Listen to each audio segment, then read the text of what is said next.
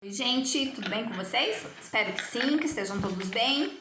Pessoal, nessa aula de hoje vamos fazer aqui a atividade da página 101, tá? Na realidade seria a correção, né? Quem já fez, corrige. Quem não fez, aproveita e faz agora junto comigo. Então vamos ali para a leitura dessa notícia aqui, que foi publicada em uma revista de circulação nacional. Então vamos ler. Verga, mas não quebra. Esse é o título da notícia, que aparece aqui ao lado de uma figura aqui, de um pinheiro e tal, protegido. Vamos ver do que se trata. O pinheiro que se vê nessa foto saiu incólume do terremoto e tsunami que devastaram o balneário no Japão, no dia 11 de março de 2011. Ele cresceu e foi transformado em símbolo da esperança e reconstrução para os sobreviventes da catástrofe. Vive protegido e é chamado Pinheiro Milagroso. Está hoje com 27 metros de altura. Vamos lá para as questões. Além da resistência do pinheiro, a que outro aspecto o título se refere? O título é Verga, mas não quebra. Além do pinheiro, eu posso inferir que esse título se refere ao que mais, gente? Lembrando, né, que ele está levando em conta aqui o assunto, né, da notícia, né, que é sobre aquele terrível tsunami lá e terremoto que atingiu o Japão, né? Então, aqui eu posso inferir que esse texto verga, mas não quebra, além de se referir à resistência do pinheiro, está também falando sobre a força, a determinação da população japonesa, ok? Número 2. Observe os pronomes relativos em destaque no primeiro período da notícia. A que palavras eles se referem? Vamos lá para o primeiro período da notícia. O pinheiro que se vê nessa foto saiu incólume do terremoto e tsunami que devastaram o balneário no Japão no dia 11 de março de 2011. Tá. O primeiro ali se refere ao que, gente? O primeiro pronome relativo se refere à palavra pinheiro, ok? Que é a palavra que o antecede. Então, esse pronome relativo se refere à palavra pinheiro. E o segundo pronome relativo se refere à palavra tsunami e à palavra terremoto, porque são as palavras que o antecedem também. Letra B. Como foi possível descobrir isso? Como que eu sei que se refere a essas palavras? Gente, é possível, né, saber disso, porque o pronome relativo, ele sempre se relaciona com o termo que o antecede. O pronome relativo sempre se relaciona com o termo que o antecede. Então, por isso, eu observei onde está o pronome relativo, olhei para o termo que vem antes e posso afirmar que o pronome relativo se refere ao termo que o antecede. Número 3. Sublinhe os pronomes relativos que aparecem nos trechos e em seguida indique a que termos eles se referem. Vamos lá, vamos fazer a leitura. Letra A. E eu fiquei entregue aos cuidados de vovô Eugênio, pai de mamãe, que passara a morar conosco desde a morte da vovó Josefina. O pronome relativo aqui é o que, certo? Pronome relativo que. Então, vocês devem sublinhar esse pronome relativo. E ele se refere ao quê? O que o antecede aqui, gente? Papai de mamãe. Então, eu já sei que ele é um pronome que se refere ao sujeito, né? Mas essa informação nós vamos precisar somente mais adiante. Vamos lá, para a letra B. O machixe que acompanhava a fita era ouvido perfeitamente, o violino de Carmela fazendo misérias. O pronome que, aqui novamente, né, eu devo grifá-lo, né, destacar aqui esse pronome na frase. E qual é o termo que o antecede? O que vem antes desse pronome? O termo machixe. Então, ele também é um pronome sujeito aqui, eu sei que também é sujeito. Letra C. Pena não estarem presentes as crianças com quem eu disputava sempre. As crianças com quem eu disputava sempre. O pronome aqui é com quem, ok? E o que antecede? As crianças. Então, aqui é o número 4. Agora sim que nós vamos precisar daquela informação que eu falei anteriormente. As funções sintáticas que esses pronomes exercem nesses trechos são respectivamente. Vamos voltar lá, né? Na letra A, ele se refere a papai de mamãe. Então, é sujeito, se refere ao sujeito. Letra B, ele se refere à palavra machixe, a sujeito também. E na letra C, com quem se refere? Às crianças, que é o quê? Objeto indireto. Objeto indireto, porque tem a preposição, né? Então, é objeto indireto. Então, a resposta da número 4 seria a primeira opção ali, que é sujeito e objeto indireto, ok? Gente, vamos ali para a parte do pronome relativo no comentário. Vamos fazer aqui essa atividade juntos também. O texto a seguir é um comentário sobre os erros e os acertos de 14 previsões para 2015, feitas por especialistas em 2001. Vamos a elas, né? Leia o comentário referente a trabalho. Tá ali, trabalho, previsão feita por André Fischer, economista da USP. Ou seja, a fonte é na revista Super Interessante, que foi publicada, e ele é economista da USP, ou seja, uma instituição super respeitada, né? Vamos aqui ao comentário.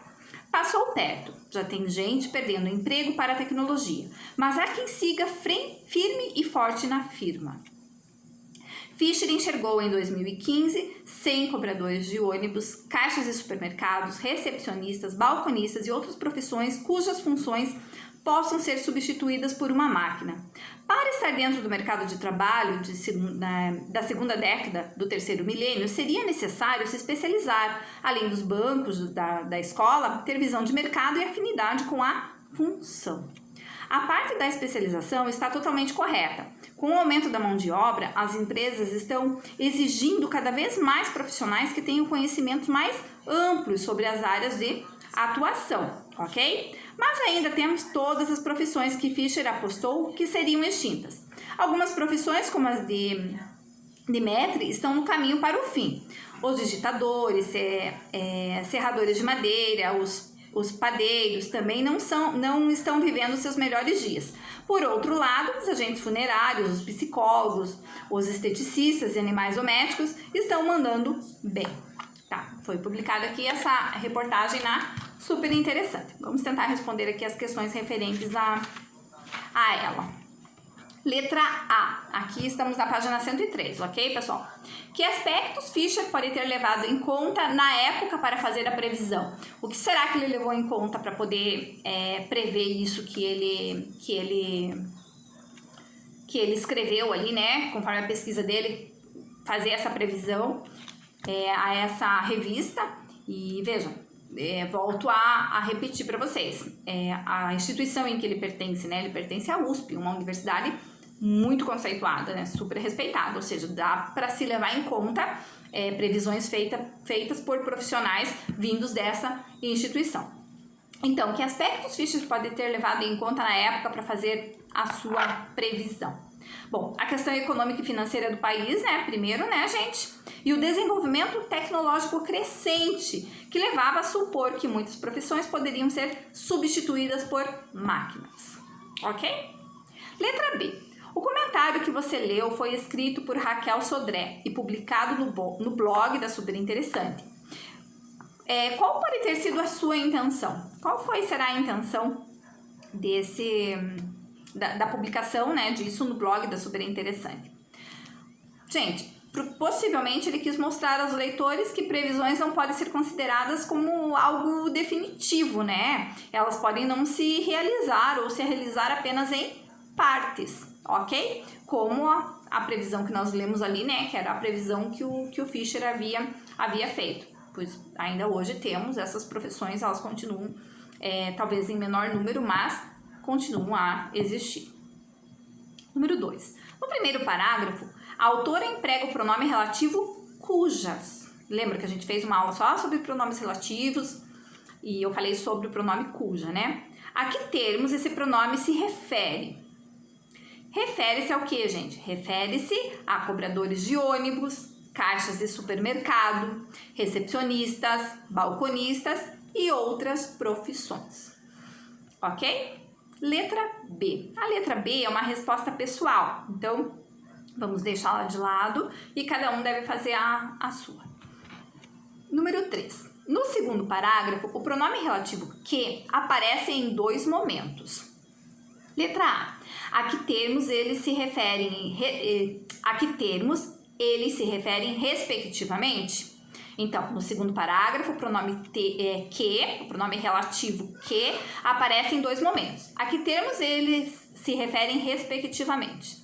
Bom, no primeiro, né, a profissionais. O pronome relativo retoma a palavra profissionais, ok? E no segundo, a profissões, certo? A profissões. Que efeito o emprego desses pronomes produz no texto? Bom, efeito de coesão, né, gente? De coesão, por quê? Porque ele retoma termos citados anteriormente. Na aula de pronomes eu falei um pouquinho para vocês, né, da importância dos pronomes relativos, né, num texto, quanto à coesão do texto, né? Deixando claro a quem a autora se refere e ao mesmo tempo evitando a repetição dos termos. O pronome relativo serve para isso mesmo. Ele retoma o termo que o antecede e evita a repetição, ok? Não fica... fica um texto mais coeso, fica um texto mais claro. Número 4. Considere o veículo em que o texto foi publicado. Que registro predomina na escrita do comentário? Bom, predomina o registro formal, né, gente? Predomina o registro formal. Por que essa linguagem foi utilizada? Por que será? Por quê, gente? Porque o comentário foi elaborado para ser publicado no blog de uma revista, né? Portanto, uma situação que exige uma linguagem acessível a mais pessoas. Então, a linguagem, predomina a linguagem formal, aqui a linguagem padrão, ok? Mesmo porque, como vocês devem lembrar das aulas de variedade linguística lá, desde o 6º ano, né? Termos regionais não são usados no âmbito nacional, né? Quando se escreve e quer que... A intenção é que seja publicado no âmbito nacional, se usa linguagem padrão. Por quê? Porque termos regionais variam muito de um local para outro, né? E a linguagem padrão, a norma culta padrão, atinge todos os públicos, ok? Gente, por hoje é só. Nós voltamos numa próxima aula aqui, a partir da página 104, tá? Falando ainda sobre relato de memória e fazendo algumas questõezinhas, ok? Então, gente, fiquem bem e até a próxima.